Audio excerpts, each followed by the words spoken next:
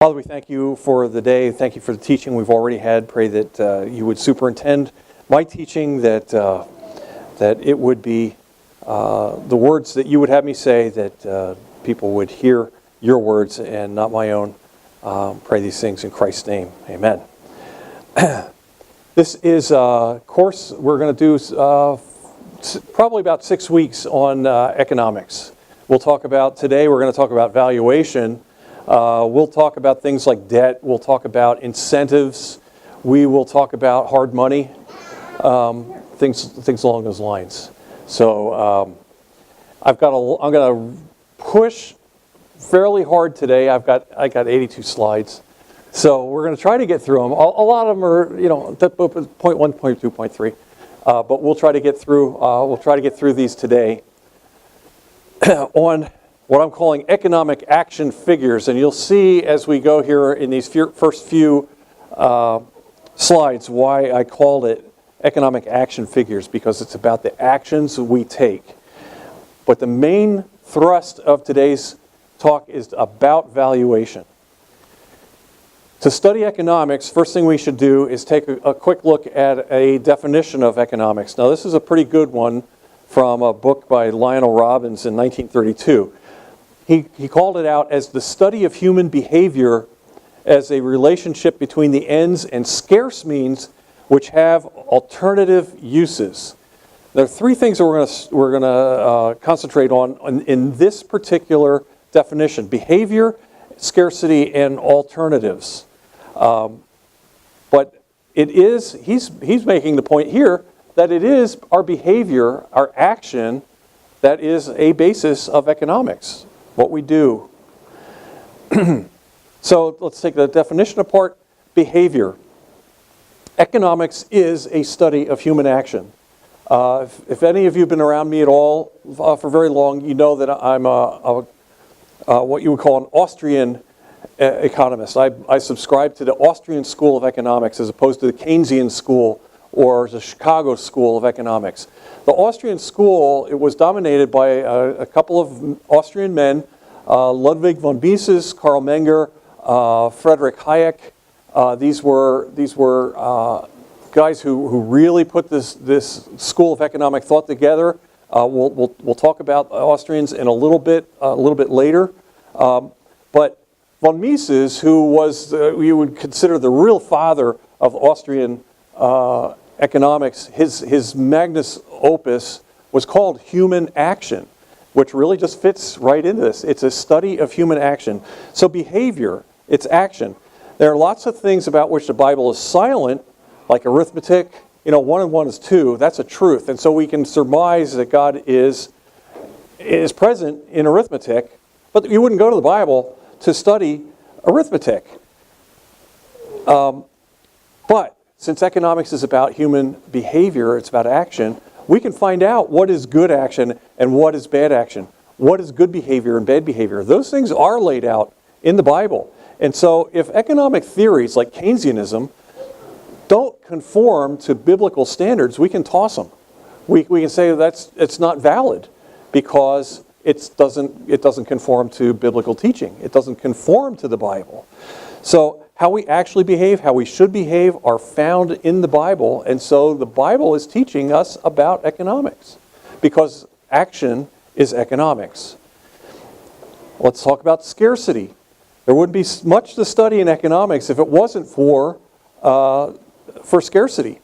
The scarcity of goods, the scarcity of time are always in conflict with our desires for more stuff and our fear of death. We want more time. We all do. I mean, I face that. The cancer has, focused my mind on that. I hear the tick-tock that Gary North talks about. And so, we want more. And so the Bible talks about that a lot. Wouldn't be much to study in history even if there wasn't scarcity. Scarcity also forces us to work together. If there was no scarcity, why would you put up with somebody telling you what to do? You wouldn't go to work. If there was no scarcity, you don't need anything. you wouldn't put up with other people. You wouldn't learn how to work together. Scarcity really forces us to work together. And so scarcity is actually a good thing. It's a blessing from God for things to be scarce. Does the Bible deal with scarcity of time and our fear of death, insatiable desires? Yeah, it certainly does. And the reality of scarcity is the root of the supply-demand curve. We'll talk about that in just a little bit. But that's the point. If there weren't supply-demand curves, we wouldn't be able to discover prices. How prices are discovered is determined by the amount of goods brought to the marketplace because of scarcity and pricing, and the amount demanded in the marketplace because of scarcity and pricing. The Bible doesn't teach price theory, but it teaches us about supply-demand curves. And let me get an example out here. I want to read you this example. This comes from 2 Kings chapter 6. I was supposed to mark this and didn't. 2 Kings chapter 6. It's a familiar story about when Samaria was being besieged. So starting in chapter 21, then the king of Israel, who I believe at that point was Ahab in Samaria, king of Israel, when he saw them, said to Elisha, when he saw them, hang on, where am I starting? I'm sorry, verse 24. Starting at verse 24. Now it came about after this that Ben-Hadad, king of Aram, gathered up all his army and went up and besieged Samaria. There was a great famine in Samaria, and behold, they besieged it until a donkey's head was sold for 80 shekels of silver, and a fourth of a cab of dove's dung for 5 shekels of silver. Now these are measures that we're not familiar with, but a donkey's head was not even a clean animal in Israel. A donkey was not something that you would eat, and they were selling it for a lot of money, about 3 months' wages at that point. And a fourth of a cab of dove's dung was a little dab of dove poop that they were selling for money, for people to eat. As the king of Israel was passing by on the wall, a woman cried out to him, saying, "Help, my lord, O king." He said, "If the Lord does not help you, from where shall I help you? From the threshing floor or from the winepress?" Of course, that was sarcastic. And the king said to her, "What is the matter with you?" And she answered, "This woman said to me, 'Give me your son that we may eat him today, and we will eat my son tomorrow.' So we boiled my son and ate him.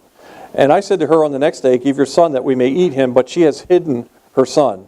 So people are obviously desperate for food. It came about when the king heard the words of the woman that he tore his clothes. Now he was passing by on the wall, and the people looked, and behold, he had sackcloth beneath on his body. Then he said, "May God do so to me, and more also, if the head of Elisha, the son of Shaphat, remains on him this day." Of course, he was blaming Elisha for this problem. And then he said, "May God do..." Oh, yes. Now Elisha was sitting in his house, and the elders were sitting with him, and the king sent a man from his presence. But before the messenger came to him, he said to the elders, "Do you see how this son of a murderer has sent to take away my head?" So Elisha realizes that the king is trying to kill him. "Look, when the messenger comes, shut the door and hold the door shut against him. Is not the sound of his master's feet behind him?" While he was still talking with them, behold, the messenger came down to him, and he said, "Behold, this evil is from the Lord. Why should I wait for the Lord any longer?" And Elisha said, "Listen to the word of the Lord. Thus says the Lord, tomorrow about this time, a measure of fine flour shall be sold for a shekel, and 2 measures of barley for a shekel in the gate of Samaria." So, the supply-demand curves. There was a great demand for food because people were starving to death. And the scarcity ran into the demand, and so the prices were enormous. They were just out of this world. So we could see how scarcity affects pricing. There's what we would call an inelastic demand for food. People need food, and it doesn't matter what price it is, they're going to pay anything for it in order to survive. The prediction or the prophecy of lower prices by Elisha was properly founded on the relief of scarcity. He had been given a word from the Lord saying, there's going to be plenty of supply. It's going to affect prices. The scarcity was going to be relieved. And ultimately, is there anything more scarce than time? As we run out of time, we're forced to deal with mortality, we talked about this a moment ago, in a sense the fear of death, is also an economic issue because it's scarce and there's an inelastic demand. I mean, we don't really have much of a choice. Our days are numbered, but there is this huge demand for time, and people would pay a lot of money to extend their lives. You see billionaires now funding science to try to do life extension. There's lots of stuff on the internet about life extension experimentation that's going on. We'll get back to this story in 2 Kings. Our working definition in the economics also involved alternatives, alternate uses of scarce means, and the term alternatives leads us directly to the concept of choice. So we're dealing with behavior and scarcity and choices in economics. Choice leads to action, which of course closes that circle. The choice bone's connected to the action bone. What we're doing as we choose, we are taking action, are we not? If we're choosing something, we are going to act on that, and that's going to show our values and our and it's going to help determine prices. But our values are our choices. It's not an idle terminology. When we say, what are your values? Well, what are your values? Your values are what you value. Your values are your choices. How we behave demonstrates what our values truly are. We can say anything, but what we do to obtain something proves what we actually value. See ya, make wise choices was Beth's refrain to our children. Every time when they were teenagers and they were leaving the house, she would, see ya, make wise choices. Right? How do we do that? How do we learn to make wise choices? Well, the Bible is the better answer. Let's talk about that economic term value and its closely associated idea, which has to do with price. It's probably easier to first understand in an economic sense what goods are. So I'm going to try to blow through this fairly quickly, but understanding what goods are will lead us into an understanding of value. Goods here, and for the purposes of this discussion, we'll be talking about physical goods, not intangible goods, things that you can actually touch and feel. What makes them worthy of our time and attention? What makes a good valuable? And that's what we're going to take a look at. Where do goods come from? Well, they're produced by a combination of what economists call factors. These factors have been distilled to 3 in number. First, it takes time if we're going to produce a good. It takes time. It takes labor. We have to work at it. We have to expend some effort in order to make a good. And the third thing it takes is land. It's going to take the resources that come from the earth. It's going to take the space that we have on the earth in order to produce these goods. So those are the 3 factors that economists say these are the base factors that we need to produce goods: time, labor, and land. Now, it's probably fair to say that most economists in the world today are not Christian. They are capital N nature kinds of guys when they talk about nature, land. And for them, the time and humanity, they're happy accidents, right? It's just, evolution is a happy accident for an economist, for the atheistic economist. But we know from Genesis that the factors of production were provided by God. Genesis 1:1, in the beginning God created the heavens and the earth. And Genesis 1:27, God created man in his own image. In the image of God he created him, male and female he created them. By this, we can deduce the time was created by God. In the beginning, he created the time. We've talked about that once some time ago in a sermon, that God actually created time for us. He didn't need time. The land he created, also in the beginning, he created heavens and the earth. And in verse 27, he provided the labor. So all the factors of economic production for goods are provided by God, not by evolutionary nature. Another thing to keep in mind about goods, and these are just for terminology purposes, once a good is produced, it's a capital good. It can be used in other goods. It can be used to produce other goods.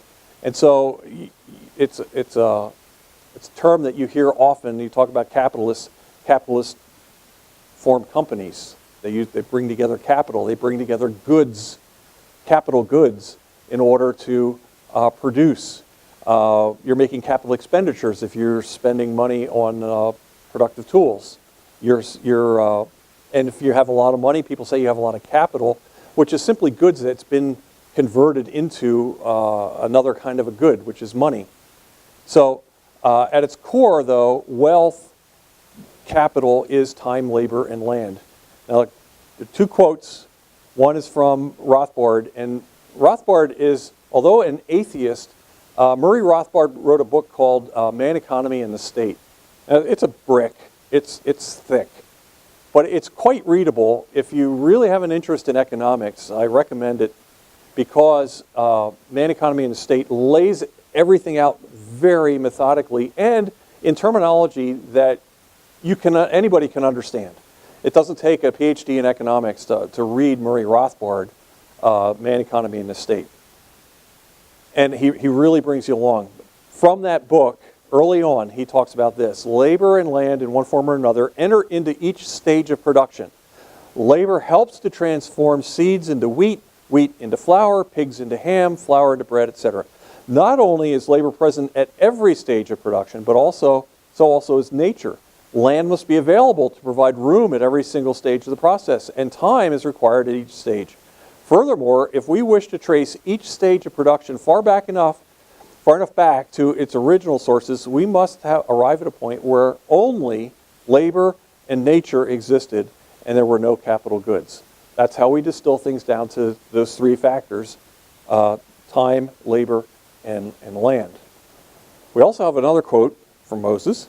God blessed them, and God said to them, be fruitful and multiply, fill the earth, subdue it, and rule over the fish of the sea, over the birds of the sky, and over every living thing that moves on the earth. The very familiar to us dominion mandate. Rothbard's original sources clearly point to what we would consider God-provided factors of production. They point back to the biblical account of creation. And our dominion mandate just as clearly lays out why we make goods. How are we going to take dominion over everything if we don't create tools and goods and things to further our dominion? I mean, even taking a stick and putting a point on it in order to stick into the ground to make to plant a seed is a tool. That's a capital good. And once you've invested in that stick and you've invested in the time to make a point on it and now you've got a tool and you don't have to do it again. And so it's going to save you time every time you use it, as opposed to bending over, sticking your finger in there to try to dig out that hole. That's a capital good that you've done. Now that stick can be incorporated. Maybe you make 6 sticks and you put them on, and so now you make 6 holes at a time. But once the capital good is created, you don't have to create it again. Well, they wear out, but you get the idea. So goods flow from our requirement to take dominion. It makes lives easier, and it makes taking dominion more and more possible. Rothbard says labor helps to transform seeds into wheat. It helps to transform. It helps whom? What Rothbard is doing here is he is presupposing an underlying consistency to the capital N nature that we call God. God has created laws, natural laws, that Rothbard is presupposing, that they're going to remain consistent, that we're able to use time, we're able to use the land, We know that if we melt steel ore to a certain temperature, it's always going to create molten metal that we can further refine. Those consistent laws are only possible in a world that's been set up by God, that have rules and that He upholds. He upholds all of the world, all of time, all of us, every moment of every day. And He upholds those laws, and He's consistent to those laws. Can He intervene? Sure, He can and He has.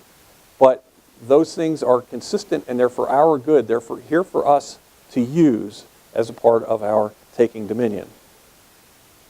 There's a purpose behind the time, the labor, and the land.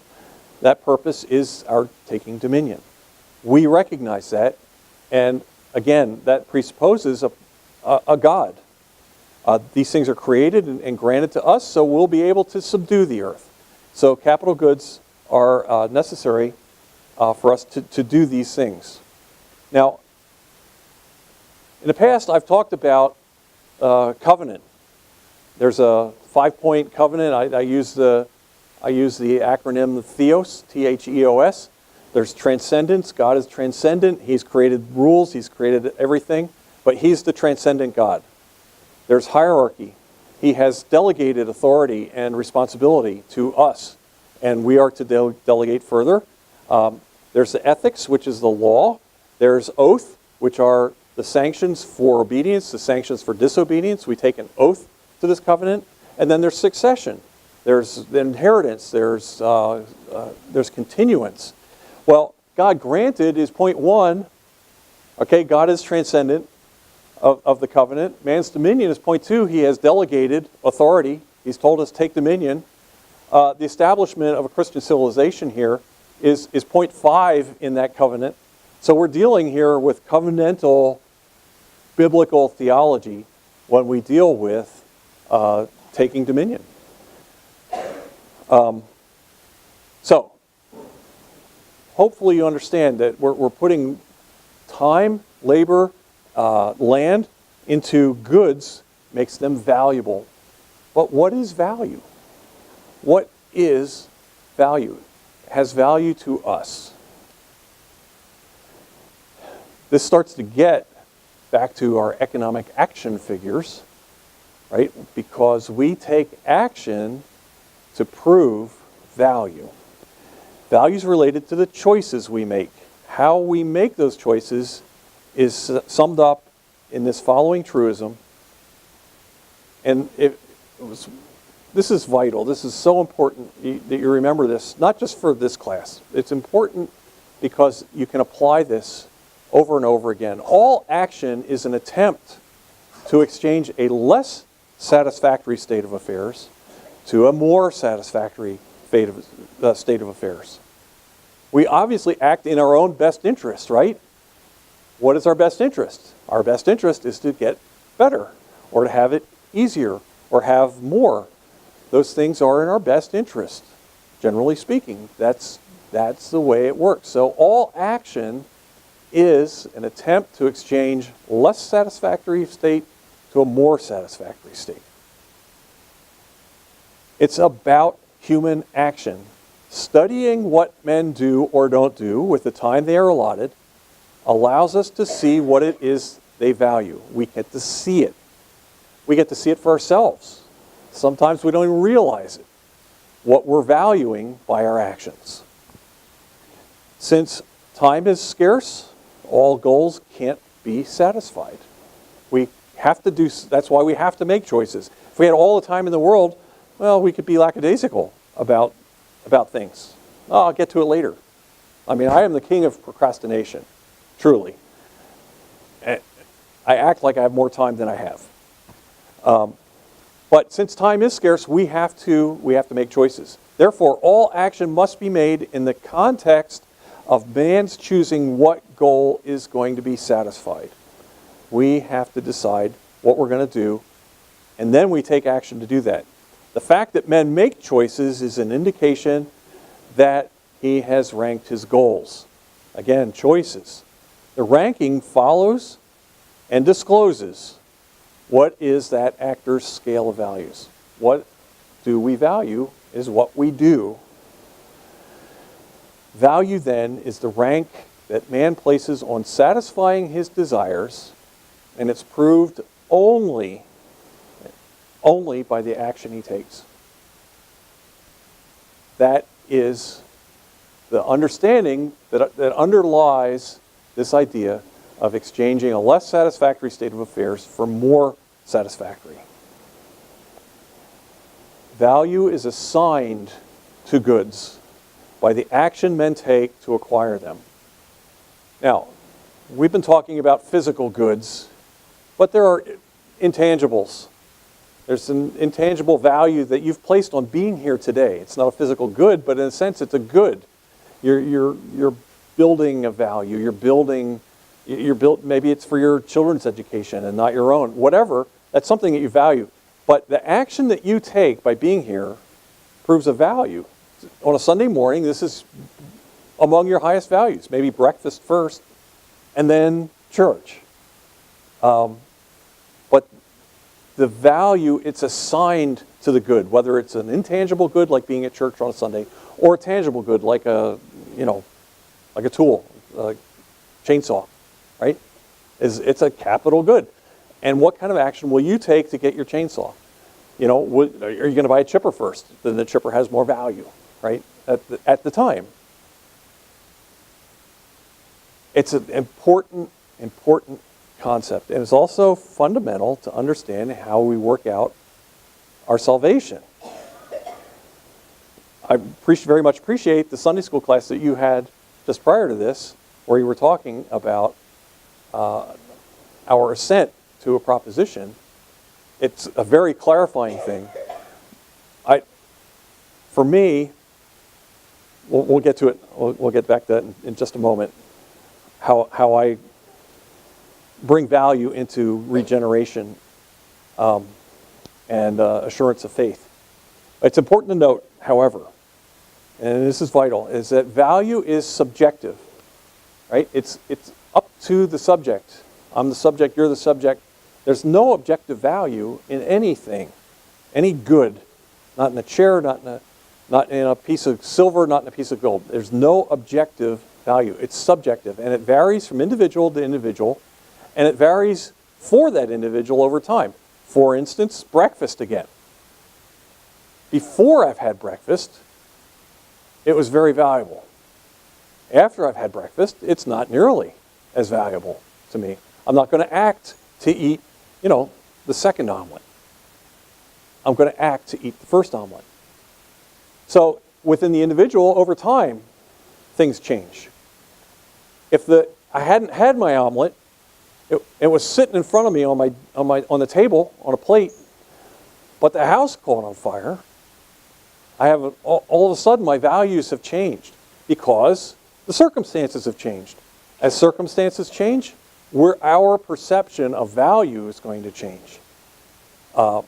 And I might like an omelet with spinach and onions in it, but you might despise spinach. And, so my value of the omelet is going to be different from your value.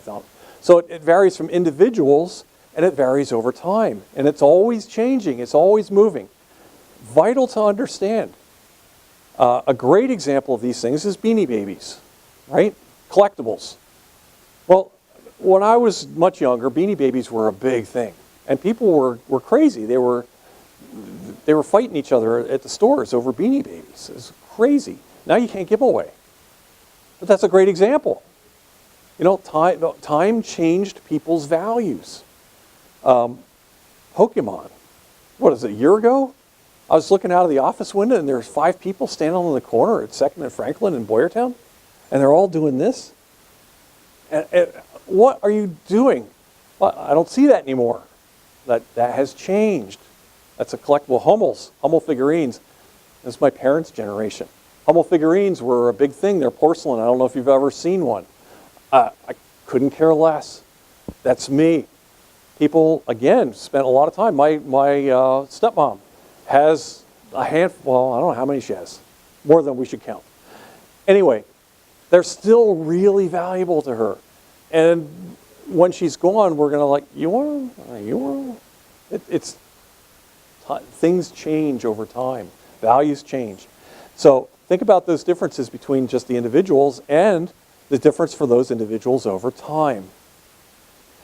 Understanding these concepts is important to understanding how to look at some of the things that people do. Have you ever watched somebody do something that's it seems off the wall to you, it's inexplicable. There's something in that for them. They're getting something out of it. Think about it. If all these things that we've said here are true, and I believe that they are, then there's a value in that for them. They may not understand it. We certainly don't understand it. That's my point. But what we need to do is look behind the curtain a bit to say, okay, there's something in there for them on this. Understand that what they're doing is valuable to them. And even if they don't recognize that they're acting on their values, it may help you to counsel that person. It may help you to understand what's going on. In any event, understanding these concepts is an important part of understanding what people do or why people do. Now, it's not objective. Makes it obvious that it can't be modeled by spreadsheets, the Bureau of Labor, Federal Reserve economists, because it's subjective and can change in an instant. All these economists, all these government reports, Congressional Budget Office, when they're evaluating the potential economic impact on a tax, they assume that people won't change, that everybody's going to continue doing what they're doing right now. And so if we put this tax on there, on this particular activity, people are going to continue to do it, and then we're going to collect this much money. Well, they can put that in a spreadsheet, but what they haven't done is they haven't been able to spreadsheet the subjective nature of what's going to change in people's minds with the new tax. Well, now they're going to stop doing that, or they're going to stop doing that as much. And so that's the point of this, and that's the point of understanding the difference between objective and subjective valuation, is that everybody's going to change all the time. Supply and demand. Let's go back to Ben-Hadad, the siege of Jerusalem. That caused extraordinary scarcity, which is true of wars. Capital goods are being destroyed. Food is being destroyed. All kinds of supply lines. Food couldn't be bought at almost any price. There was more money than food until God intervened. If you remember, God scared off the Assyrians, right? They just left. They went home. They got scared. They heard something. Boom, gone. And everybody runs out of the gates. And the guy who disputed Elisha's prophecy was trampled in the gate. Elisha said, because you've doubted, you won't partake of this food that's going to be sold in the gate for 2 measures of fine flour is going to be sold for regular pricing. And they left mountains of food behind, and it changed the supply, it changed the scarcity, and accordingly it changed the price. And so it's useful to show how increased supply affects prices. Gold is expensive because it's scarce. Sand is relatively inexpensive for the same reason, because it's not. The inverse is true. Changes in price affect the supply and demand. Supply and demand affects the prices, but the prices will affect supply and demand, and that's where we start to get into our supply-demand curves. As changes in price will bring out more supply.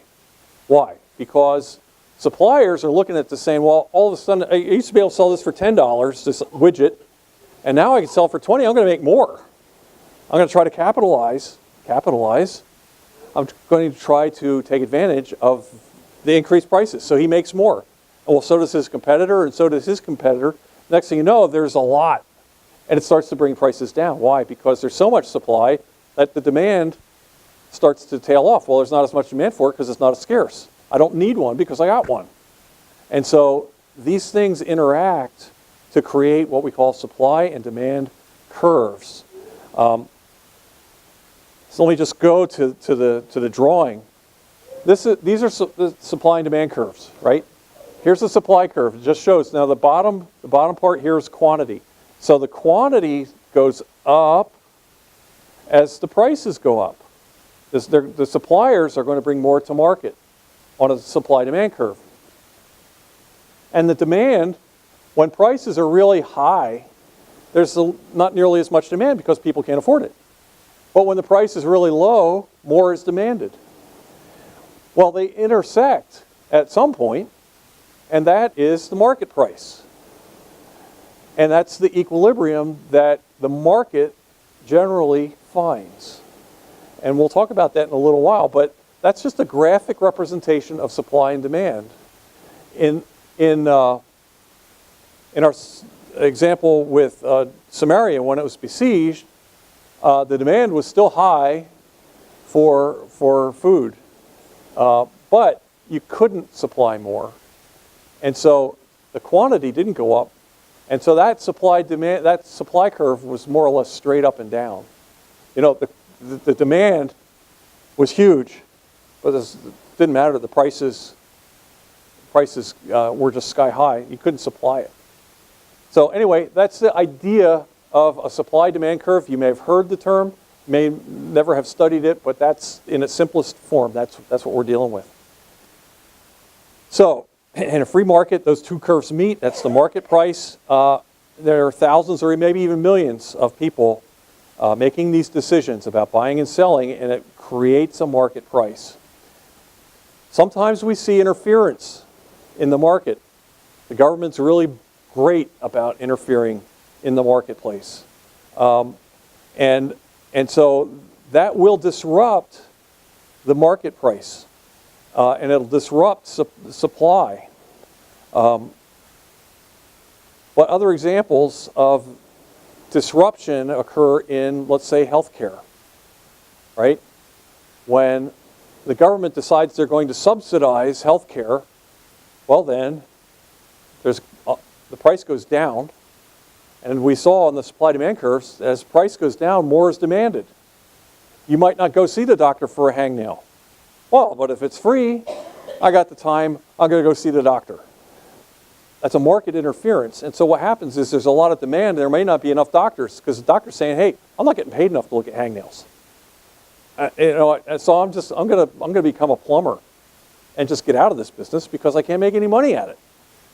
I got people coming in here, lining up around the block to check hangnails. I'm not going to do that. Mortgages were subsidized. So there were lots and lots demanded. The government said, wait, banker, you have to supply mortgages to these districts or these people who they don't qualify. You know they don't qualify, but we're going to require that you give them mortgages. And so lots and lots of mortgages were given out. Well, we came up with the real estate crisis of 2007, 8, 9, 10. It might still be going on. That's an example. Plywood in a hurricane is an example of there are anti-gouging laws on the books. So when a hurricane occurs, well, what happens? People are going to the Lowe's and Home Depot and they want plywood. They want to board up their. Well, Home Depot, Lowe's say, wait a minute, I got all this demand. I only have a certain amount of supply. I'm going to ration my supply by increasing the prices. No, the government says you're not allowed to do that. You're gouging people because you're taking advantage of them because of the hurricane. So you're not allowed to do that. Well, what happens? All the plywood is sold right away, and the people who really need the plywood, who might have the resources to pay for it, they can't get it. And Home Depot and Lowe's aren't going to bend over, make any special effort to bring more plywood in at a cost. It's going to cost them money to overnight it or get extra shipments in right away. Well, they can't make their money back. So we're out of plywood. Sorry. That's an example of government interference in a marketplace and how it can foul up the pricing because the supply-demand curves are now being massaged and changed and played around with by our government. But we'll get back to this idea that goods are not intrinsically valuable. The choices we make are what gives the goods value. The action that we take to get the goods is what gives them the value. And the economic term for that is imputation. Imputation is a word that as Christians we understand. Well, we think we understand it. We talk about it. Abraham believed, and it was reckoned to him. The word is actually imputed to him as righteousness. Economic value is subjective. It can't be measured. Now, this is a quote from an essay that was written by Gary North in early 2000s.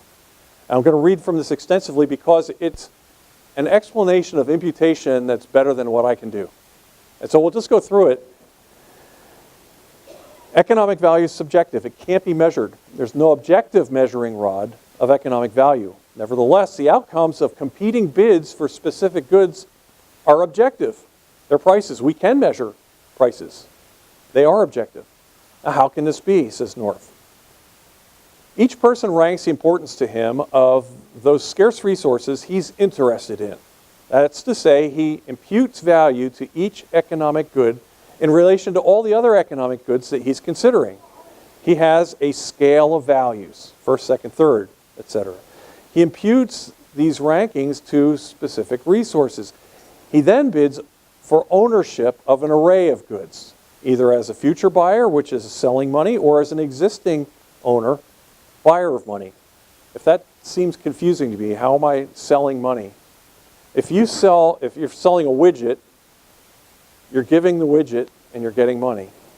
Right? You're selling the widget, you're actually buying the money. And it's the other way around. When you're buying something, you're buying that in exchange for money. You're selling the money. That's what he's talking about here. You're either a buyer of money or a seller of money. Would-be customers compete against each other, against other would-be customers on the other side of the potential transaction. Would-be sellers compete against other would-be sellers. Out of these competing bids on an open market comes an array of objective prices.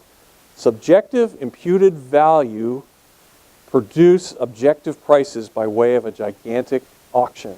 That's what the marketplace is. It's an auction. The high bid wins. Intrinsic value is exclusively divine. To say that anything has intrinsic value, objective in and of itself, is to say that it possesses economic value immune from the imputation of individuals. So that the value of a chair or a chainsaw, it only has value to you. Your value might be way more than my value. Doesn't have intrinsic value. It's also immune from changing conditions of supply if it has intrinsic value. It's immune from the process known as market pricing, competing bids. In short, it would be autonomous. We've talked about autonomy in this classroom before. Autonomy is a bad thing. It's what men want, but we don't have. Nothing is autonomous except God. There's no market for God. God is not for sale. God has intrinsic value and nothing else does. Everything else is imputed value. When someone speaks of intrinsic value, he's attributing to a scarce economic resource an incommunicable attribute of God. The language of intrinsic value divinizes some aspect of the creation, and it's always a conceptual mistake. Person who uses the adjective intrinsic, and you'll hear people say, I want silver, I want a piece of gold, it has intrinsic value. They're mistaken. A person who uses the adjective intrinsic has not thought through the assumptions and the implications of the adjective. He's naive about the topic of economic value and valuation. Just what we're trying to get at here is to get at that understanding. He may mean well, but his economic theory is deeply flawed regarding the most important topic of economics specifically and social science in general. And that most important topic is imputation. It's valuation. It's the reason that we're doing this class first is it's about valuation. It's the bedrock of everything else that we'll talk about if we don't understand value. Imputation is an individual's act of valuation. It relates a person's present scale of values, subject to revision, to objects in history. History is always changing, which means that people's imputations are always changing. There's no way to measure these subjective changes. Economists at the Federal Reserve are not measuring these subjective changes. There's no fixed plumb line of economic value. Running out of time, I'm not going to talk about the coins here. The Austrian School of Economics, which was founded by Karl Menger, who taught at the University of Vienna, has always been distinguished above all from the other schools of economics or economic thought by its systematic devotion to a theory of subjective value, imputed value. It's why the Austrian economists always get it right, and the Keynesians and the Chicago economists always get it wrong. It's because the Austrian economists understand imputed value and subjective measure. You can't measure subjectivity. So, all of this background to conclude these things. Value is a measure of the action we take. Right? I think we made the point. All the actions we take are intended to exchange a less satisfactory state of affairs for a more satisfactory state of affairs. Value is variable among individuals and over time. Value is a matter of imputation. So, I like to go back to this lesson on valuation when I think about regeneration. Because, for me, it's easier to think about it in these terms. What switch does God flip in us when we become regenerate? When what is that? For me, it's because I see the opposing godly and ungodly worldviews as a matter of values. If I have an ungodly worldview, I am dead in my sins. Why do we have the values we have? What is that subjective scale of priorities that drives our actions? Dead in our sins. Our values, when we're dead in our sins, are driven by fleshly passions. Think about 1 Peter 2:11. Dearly beloved, I beseech you as strangers and pilgrims, abstain from fleshly lusts which war against the soul. The fleshly lusts, the fleshly passions that we have are what we have when we are dead in our sins, and that's all we have. It's not to say we don't have fleshly lusts when we're regenerate, but it's all we have before we're regenerate. And the switch that God flips at regeneration is the switch in our values. What are we going to prioritize? When God flips that switch, we begin to prioritize His values over our fleshly lusts. So He does that supernatural switching in us. It's an economic action. He has changed our economics by changing what we value. Before I was a Christian, I couldn't have cared less about coming to church on a Sunday morning. I valued CBS with Charles Carroll. I valued WWF wrestling on a Sunday morning. You know, now it's like a Beanie Baby for me. Why would I watch WWF? The value has changed. And God did that. That's what He changed, was our valuation. So the big takeaway from this lesson is this. We're really clear on what we value. We're clear on what we value. Sometimes it's the next meal, sometimes it's sentimental stuff, sometimes it's loving our neighbor. We get it. We swim in this ocean of decisions that we make based on what do we care about right now. What's my highest value right now? For me, right now, teaching this class is my highest value, or I wouldn't be here. I'm demonstrating that. You're demonstrating it. We get it. It's where we live. We impute all day long. We know how to impute. We understand it.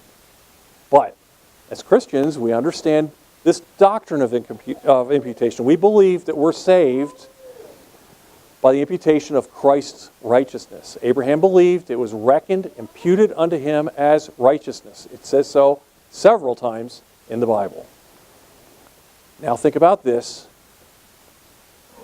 Who is doing the imputing when we are imputed Christ's righteousness?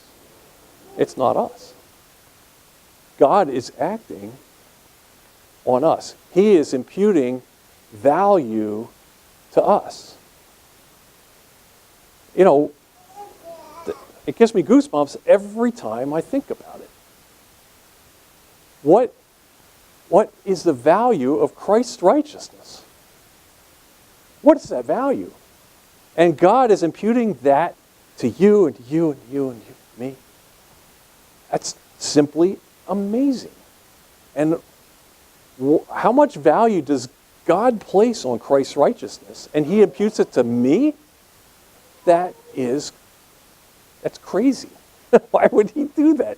And that's why we should be so grateful. That's why we should live in thankfulness and always take whatever He deals out as a gift.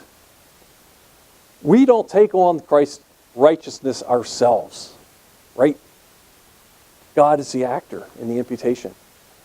What action did He take to obtain that salvation? What kind of actions did Christ take on Himself to gain the salvation? We need to think about how we are valued in that context, in those terms. God's scale of values doesn't change over time. He's perfect. He's immovable. He's the same yesterday, today, and tomorrow. So we're secure in our salvation. We don't really understand that value. And if God values us that way, how should we value each other? And how should we value potential Christians? People we don't know that, maybe not yet saved, but maybe elect. We don't know that. I used to flippantly say that I was saved from the from before eternity, right? No, I was elect, but I wasn't saved. That happened in time. So God does act in time, and He acted on me in time, and He acted on you in time. But we need to value people in the same way that God values us. We need to interact one with another in the same way that God values us. And so that is my lesson on valuation and imputation. It's an economics lesson, but it's also a biblical lesson in value, and hopefully gives you a little bit deeper understanding of imputation. Any questions before Ryan? Well, real quick. So, a handful of slides back, you said, I understood, God is the only one that has intrinsic value. But He puts value on things like us, yes, or good works, or whatever, potentially. Yes. So wouldn't you say that those have intrinsic value, people? No, not intrinsic, not in and of themselves. If God places that value on them. But only when He places them on them. Only when He places that value on those things. So, intrinsic would mean that it would be regardless of time. It would, you know what I mean? God actually acted on that and imputed at a particular time On that person. So I wouldn't say that it's Not all people would have value. Not intrinsically. It's when He imputes it to us. And so if it was intrinsic, it would be regardless of His action. Now, I guess technically you could say that in theory, in a philosophical sense, that there is, before my regeneration, there was, in God's mind, there was an elect John Bingaman. And so that elect John Bingaman may have had a value beyond the unregenerate John Bingaman. But John Bingaman doesn't have intrinsic value. I'm creation. I'm a part of creation. So no, nothing in creation has intrinsic value. don't think. And perhaps though, in terms of God's law, saying that, for instance, you're not allowed to kill someone,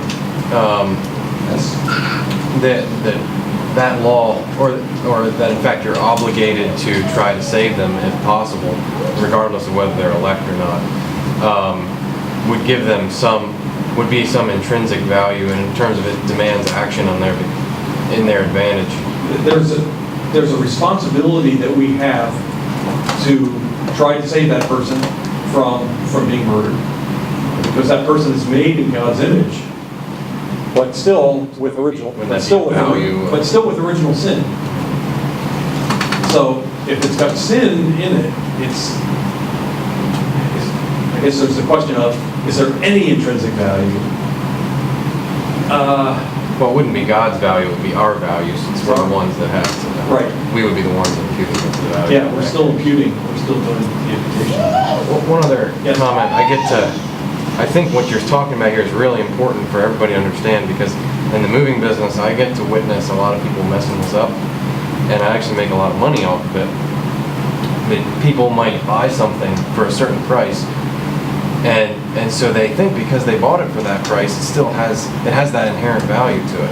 And so they'll move it and store it, and move it and store it again and again and again, thinking that someday they're going to get their money back out of it. But that's based on an idea that the object has an inherent value, when I can look at it and tell them there's nobody else in the world that's going to pay what you pay for that. Nobody wants it. Nobody wants it. It's junk, But they keep moving it, and they pay me to move it, they pay me to store it. And if they understood this concept, they would realize, I just need to get rid of this. It's just gonna keep costing me. Yes. So. In economics, what you're talking about is a sunk cost. That's what it's called. It's a sunk cost. When you have paid your money for the good, and you've taken it off the lot, or you've taken it home, that cost is behind you. It's sunk. There's nothing you can do about that any longer, unless you can return it for, the next 3 days or something like that. That's a sunk cost. And people forget that it's behind them, and there's nothing that they can do about that any longer. It's only got value to whomever will impute value to it. There's a very interesting phenomenon that happens with things like lottery tickets. Somebody buys a lottery ticket, right? What are their chances of winning? Same as this one over here, right? But because they bought this one, they touched this one. They won't trade you for this one, right? Say, let's trade. No, this was mine. They're imputing more value to it than they should. And it has to do with our own godship, our own godheadness, right? Well, if I've touched it, I'm going to impute more value to it because it's mine. This one's mine. And it's a very interesting thing, and it's very akin to what you're describing there in the moving business, where people continue to move things and store them that have lost their value or never had Value, which you can't measure. And that's subjective, and so others make a living on subjective value. There's that aspect of it too. Yes. And that's a real value that's there to them. Yes. So I can understand that. But then there's other people that genuinely Right, believe that they're going to sell it someday. And, And they're not. But it's a good point. If I understood this, you would suffer. Your business would suffer. You would say that God imputes value to us at the point of our salvation, when that flip is switched. When we become regenerate, he's switching the flip. Right, I did the same thing. Let me flip that. Yes. When it's at a specific point in history that God regenerates us. It's before the foundations of the earth that he elected us. Right, but would you say at that moment is when we have value in his eyes? Yes. Would you say that then before that, prior to that, elect or not, they, okay, let's just stick with the non-elect. They have no value Because I would think the Lord has used men who are not elect for his purposes. And in a way, wouldn't you say that there is value in that sense? Yes. In the eyes of the Lord, and that he uses them for his purposes and Yes. complete his... He uses all of history for his purposes. But the value, I mean, it's not to say there's no value. What I'm saying is there's no intrinsic value. That it's not part of his ontological being that he is valuable just because he exists. And that his value is independent of God's purposes or independent of others' use. It may very well be, for instance, Abram's father, Terah, was not elect and died in his sins. But he was useful in God's economy because from his loins comes Abraham. So there are elect in non-elect. So the value is basically, it is valuable for eternity. If it's just temporary value, then it's... Yeah, it's what I'm trying to say. There's a distinction between value and intrinsic value. Intrinsic value means that something has value, whether or not someone. We often say to people, we say, "I don't believe in God." We say, "Well, God believes in you," right? We're saying that God exists regardless of whether they believe He exists. That means that He has value regardless of whether or not they impute any value to Him. He is intrinsically valuable. We are not, because we're creation. That's the point I'm trying to make. It's not to say that people don't have any value. It's that they don't have value outside of God's purposes for them in history. It just doesn't make it intrinsic. It means that just because you're created, if you were uncreated, you would. But none of us is uncreated except God. That makes sense. Okay. Okay. I'm sorry, I've been looking at the wrong clock the whole time. So my apologies, we're dismissed.